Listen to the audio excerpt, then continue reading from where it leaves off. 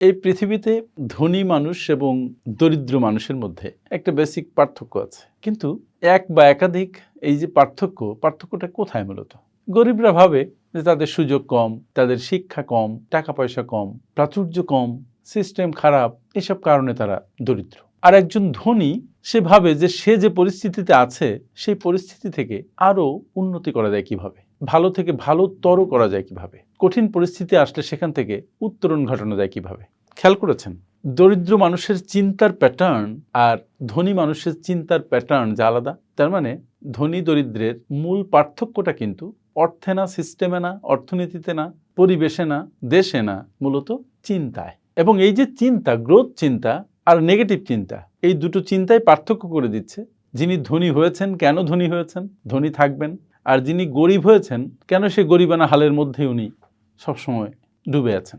একই পরিবেশে দুইজন হয়তো মানুষ হচ্ছে, একই মহল্লায় দুজন মানুষ হচ্ছে, বড় হচ্ছে, কিন্তু শুধু চিন্তার প্যাটার্ন ডিফারেন্ট হওয়ার কারণে দুজন দুই পরিস্থিতিকে মোকাবেলা করছে।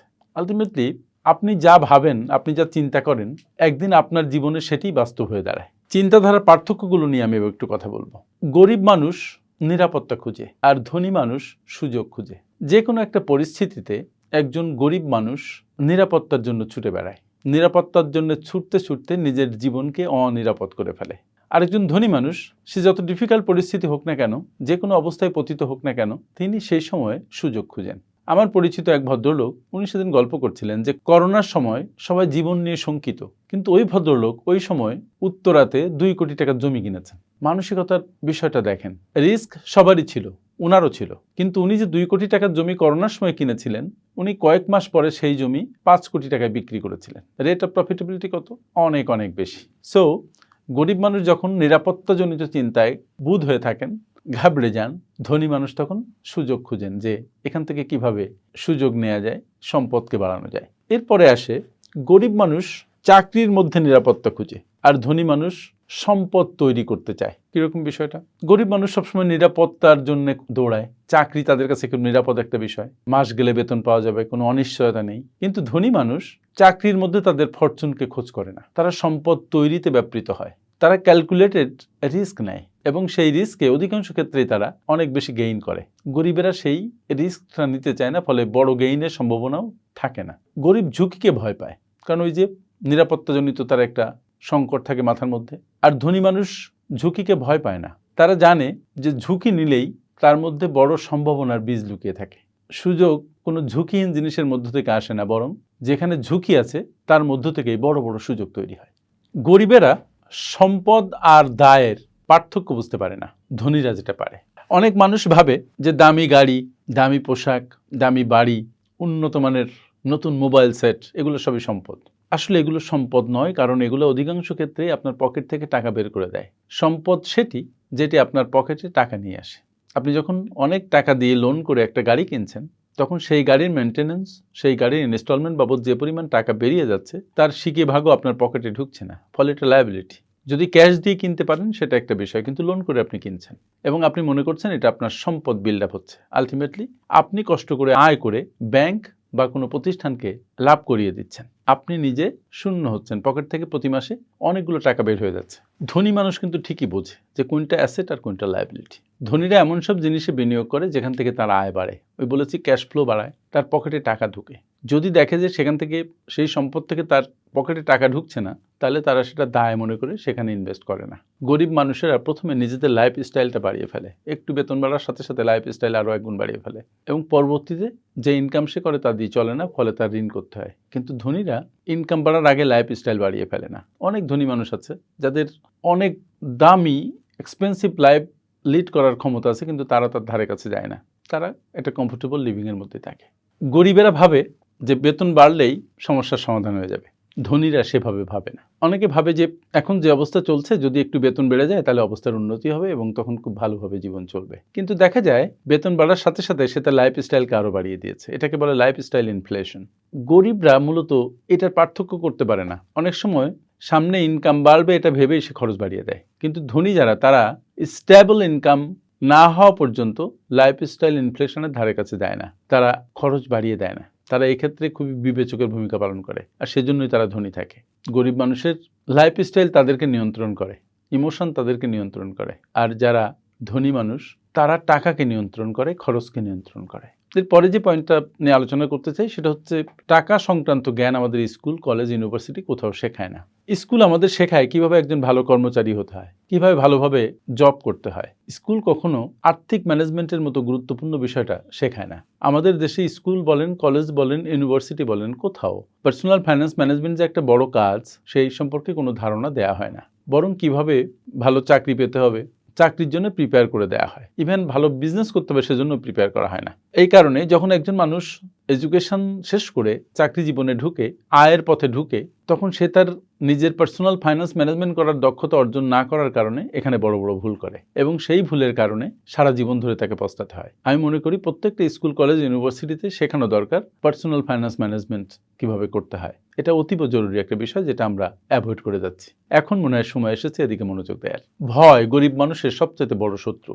গরিব মানুষ সারাক্ষণ ভয়ে থাকে যে যদি ব্যর্থ হই, কোনো কিছু শুরু করে যদি না পারি তাহলে আমি কি করব, পরে আমি কিভাবে চলবো, লোকে আমাকে কি বলবে, আমি কি ব্যর্থ হবার জন্য জন্মেছি। এসব অনেক ধরনের কথা নিজের মনের মধ্যে ভিড় করে এবং এই যে ভয়, এই ভয় তাকে কোনোদিন সামনে এগোতে দেয় না। ধনী মানুষও ভয় পায়, কিন্তু ধনী মানুষের সাথে গরিব মানুষের ভয় পাওয়ার একটা পার্থক্য আছে। ধনী মানুষ ভয় পায় কিন্তু সে ভয়ের মধ্য দিয়ে সে হেঁটে যায় এবং সে ভয়কে জয় করার চেষ্টা করে, অবশেষে জয়ই করে। আর গরিব মানুষ ভয়ে এমন আতঙ্কগ্রস্ত থাকে যে কোনো সমস্যার মধ্যে ঢুকেই না, ভয়ের মধ্যে ঢুকে না। গরিব মানুষ ভয়ের কাছে পরাস্ত হয় আর ধনী মানুষ ভয়কে শিক্ষক বানায়। সত্যি কথা বলতে এই ভয়কে যদি আপনি নিয়ন্ত্রণ করতে না পারেন তাহলে ভয় আপনাকে একসময় নিয়ন্ত্রণ করবে। তার মানে টাকা আপনি নিয়ন্ত্রণ করতে পারবেন না, টাকাই আপনাকে নিয়ন্ত্রণ করবে।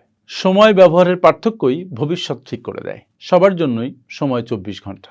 আপনার জন্য বেশি, আমার জন্য কম এমনটি নয়। এই 24 ঘন্টাকে কিভাবে আপনি ব্যয় করছেন আপনার আর্থিক উন্নতির জন্য, আপনার প্রফেশনাল উন্নতির জন্য, আপনার নিজের উন্নতির জন্য, তার উপরে নির্ভর করে আপনি কত দূর যাচ্ছেন, আপনি কেমন করছেন জীবনে। আপনি যদি সময়কে অবহেলা করেন, বিনা কারণে সময় নষ্ট করেন, তাহলে সময়ও আপনাকে অবহেলা করবে। আর যদি আপনি সময়কে যথাযথ মূল্য দেন, সময়কে নিজের উন্নতির জন্য কাজে লাগান ডিসিপ্লিন ওয়েতে, তাহলে সময় আপনাকে মূল্যায়ন করবে। সময়ের আর এক নাম আসলে জীবন। ধনী মানুষের তুলনায় গরিব মানুষেরা সময় ম্যানেজমেন্টে পিছিয়ে থাকে। তারা সময়কে প্রকৃতির হাতে ছেড়ে দেয়, নিজেরা সময়কে ম্যানেজ করতে চায় না, সময়ের কাজগুলোকে সুবিন্যস্তভাবে করতে চায় না। আর সেজন্যই তারা দারিদ্র্যের শৃঙ্খলায় আবদ্ধ থাকে। ধনীরা এই ক্ষেত্রে এগিয়ে থাকে। তারা সময়কে তাদের প্রয়োজনে, তাদের কারণে, বিশেষ উদ্দেশ্যে তারা ব্যবহার করে। তারা ডিসিপ্লিন ওয়েতে সামনে এগিয়ে যায়, এই জন্য তারা ধনী হয়। ধনী মানুষ আগে শেখে তারপরে আয় করে। গরিব মানুষ আগে আয় করতে চায়, তারপরে যে শিখতে চায়। কিন্তু ভালো আয় করতে হলে আপনাকে আগে শিখতে হবে। আগে শিখে নিজেকে ইকুইপড করে যদি আপনি আয় করা শুরু করেন তাহলে আপনি বেশি আয় করতে পারবেন, যেটা গরিব মানুষেরা ভুলে যায় বা জানেই না। কিন্তু ধনী মানুষেরা এই ট্রিক জানে। তারা জানে if you want to earn more you need to learn more. আপনি যখন শিখলেন, আপনার দক্ষতা বাড়লো, তখন যদি আপনার কাছে টাকা আসে তাহলে আপনি টাকাকে সঠিকভাবে সঠিক জায়গায় ব্যবহার করতে পারবেন, বিনিয়োগ করতে পারবেন, কারণ আপনি জেনে গেছেন টাকা নিয়ে কি করতে হবে। গরিব মানুষের সেই জ্ঞানটা না থাকার কারণে তারা পিছিয়ে থাকে। ট্যাক্স ও আইন বোঝার পার্থক্য। গরিব মানুষ ট্যাক্সকে ভয় পায় এবং তারা গুনে গুনে বেতনের টাকা থেকে যেটা ট্যাক্স দেওয়ার কথা, যারা ট্যাক্স দেয় তারা সেখান থেকে দেয়। ধনী মানুষ ট্যাক্সকে নিজের পারপাজে ব্যবহার করে। তারা অনেক সম্পদ আয় করে শুধু আইনের জালকে ব্যবহার করে কম ট্যাক্স দেয়, কখনো কখনো ট্যাক্স দেয়ই না। গরিবেরা আইন শেখে না ঠিকমতো, কিন্তু ধনীরা আইন শেখে। না শিখতে পারলেও আইনের লোক ভাড়া করে আইন সম্পর্কে অবগত হয় এবং তারপরে আইনের মধ্য থেকে তারা কম ট্যাক্স দেয়। তারা বুঝে ফেলে যে কিভাবে আইন মেনে কম ট্যাক্স দিতে হয়। আর এজন্য ধনী মানুষ আরো ধনী হয় আর গরিব মানুষ আগের জায়গায় থেকে যায়। মনে রাখতে হবে ধনী হওয়া মানে বিলাসিতা নয়, বরং স্বাধীনতা। অনেকেই মনে করে যে ধনী হওয়া মানে হচ্ছে অনেক বড় বাড়ি, গাড়ি, দামি দামি পোশাক, অলংকার, একটা বিলাসী জীবন। কিন্তু আলটিমেটলি ধনী হওয়া মানে কিন্তু স্বাধীনতা। মানে আপনি এমনভাবে জীবন যাপন করবেন যে আপনার আর্থিক স্বাধীনতা থাকে। আপনি যদি আয় নাও করতে পারেন, আপনার প্যাসিভ ইনকামের যে সোর্স থাকবে সেখান থেকে আপনি চলতে পারবেন। আর তাই গরিব মানুষ সকালে উঠে ভাবে যে আজকে খরচটা কিভাবে সামাল দিব, আর ধনী মানুষেরা ভাবে যে আজকে জীবনটাকে কিভাবে উপভোগ করব। একটা ইম্পর্টেন্ট পয়েন্ট, সমস্যা দেখলে গরিব মানুষ অভিযোগ করে আর ধনীরা সমাধান খুঁজে। আপনি যখনই কোনো সমস্যা দেখে অভিযোগ করবেন তখন সেই সমাধানের পথ থেকে আপনি দূরে সরে গেলেন। কিন্তু যখন আপনি সমাধান খুঁজবেন তখন অনেকগুলো পথ আপনি খুঁজে পাবেন, আপনি সমাধানের জন্য চিন্তা করবেন। যিনি সমাধান করেন না বা সমাধানের জন্য চিন্তা করেন না তিনি অন্যকে দোষ দেন, নিজেকে রেসপন্সিবল করেন না। আর যিনি সমাধান করেন তখন তিনি নিজেকে রেসপন্সিবল করেন এবং সমাধানের পথ তিনি ঠিকই খুঁজে বের করেন, কারণ তার মন উন্মুক্তভাবে চিন্তা করে। এই যে গরিব এবং ধনী দুজনের চিন্তার যে প্যাটার্ন, চিন্তার যে পার্থক্য, এটাই দুজনকে দুই অবস্থানে রাখে। ব্যর্থতা ধনীর শিক্ষক আর গরিবের অজুহাত। আমাদের জীবনের প্যারাডক্সটাই এমন যে আপনি কোনো কাজ শুরু করবেন, ব্যর্থ হবেন, আবার কাজ করে যাবেন, ব্যর্থ হবেন, আবার শুরু করবেন, ব্যর্থ হবেন, এই করতে করতে সফল হবেন। এটা যারা ইন্টেলিজেন্ট মানুষ, যারা ধনী মানুষ, তারা জানে। ফলে তারা ব্যর্থতাকে শিক্ষকের ভূমিকায় বসায়। আর ধনু মানুষেরা ব্যর্থ হলেই ভেঙে পড়ে এবং অন্যকে দোষ দেওয়ার জন্য রেডি হয়ে যায়। ফলে ব্যর্থতার মধ্য থেকে তারা শিক্ষা নেয় না, ব্যর্থতার মধ্যে একবার পড়ে গেলে তারা ব্যর্থতা থেকে পিছিয়ে আসে, সফলতার দিকে আর গমন করে না। কিন্তু ধনীরা সেটা করে না, তারা ব্যর্থতার মধ্য দিয়ে যে ব্যর্থতাকে সফলতায় রূপান্তরিত করে। পার্থক্য এই, মূলত চিন্তা থেকে উত্থিত পার্থক্য। আর সেজন্য আর্থিক শিক্ষা যদি এখনই শুরু না করা হয় তাহলে আর কখনোই সেটা করা হয় না। এই যে বিষয়টা, এটা কিন্তু গরিবেরা জানে না। তারা মনে করে যে ঠিক আছে, এখন শিখলাম না, পরে শিখবো, সময় পেলে শিখবো, ভালো সময় আসুক তখন শিখবো, মুড ভালো হোক তখন শিখবো, যদি টাকা পয়সা কখনো আসে তখন আমি আর্থিক শিক্ষা গ্রহণ করব, এখন কেন আর্থিক শিক্ষা আমি গ্রহণ করবো, আমার তো টাকাই নাই। কিন্তু ধনীরা সেভাবে মনে করে না, তারা আগে শিক্ষা গ্রহণে ব্রতী হয়। ধনীরা জানে যে সঠিক সময় বলে কিছু নেই, মানে যেটা শুরু করতে হবে সেটা এখনই শুরু করতে হবে, নচেত আবার পিছিয়ে পড়তে হবে। আসলে আপনি গরিব বা ধনী হয়ে জন্মাননি, আপনি ধীরে ধীরে একটা মানসিকতার মধ্যে ঢুকে পড়েছেন। আজকে যদি আপনি আপনার চিন্তা বদলান, আজ থেকে যদি আপনি শেখা শুরু করেন, আজ থেকে যদি ব্যর্থতাকে না বলতে পারেন, এবং আজকে যদি আপনি সিদ্ধান্ত নেন যে yes, you will do, you will succeed, তাহলে আপনার ভবিষ্যৎ বদলানো শুরু হবে। কখন? আজই। So do it now. দেখা হবে অন্য কোনো ভিডিওতে। তার আগে আপনারা যারা আমার সাথে এতক্ষণ ছিলেন তাদেরকে ধন্যবাদ জানাই এবং কেমন লাগলো কমেন্টে জানাবেন। আমাদের চ্যানেলটি সাবস্ক্রাইব করা না থাকলে সাবস্ক্রাইব করে আমাদের সাথে থাকবেন। আপনাকে অসংখ্য ধন্যবাদ আমার সাথে এতক্ষণ থাকার জন্য। আসসালামু আলাইকুম।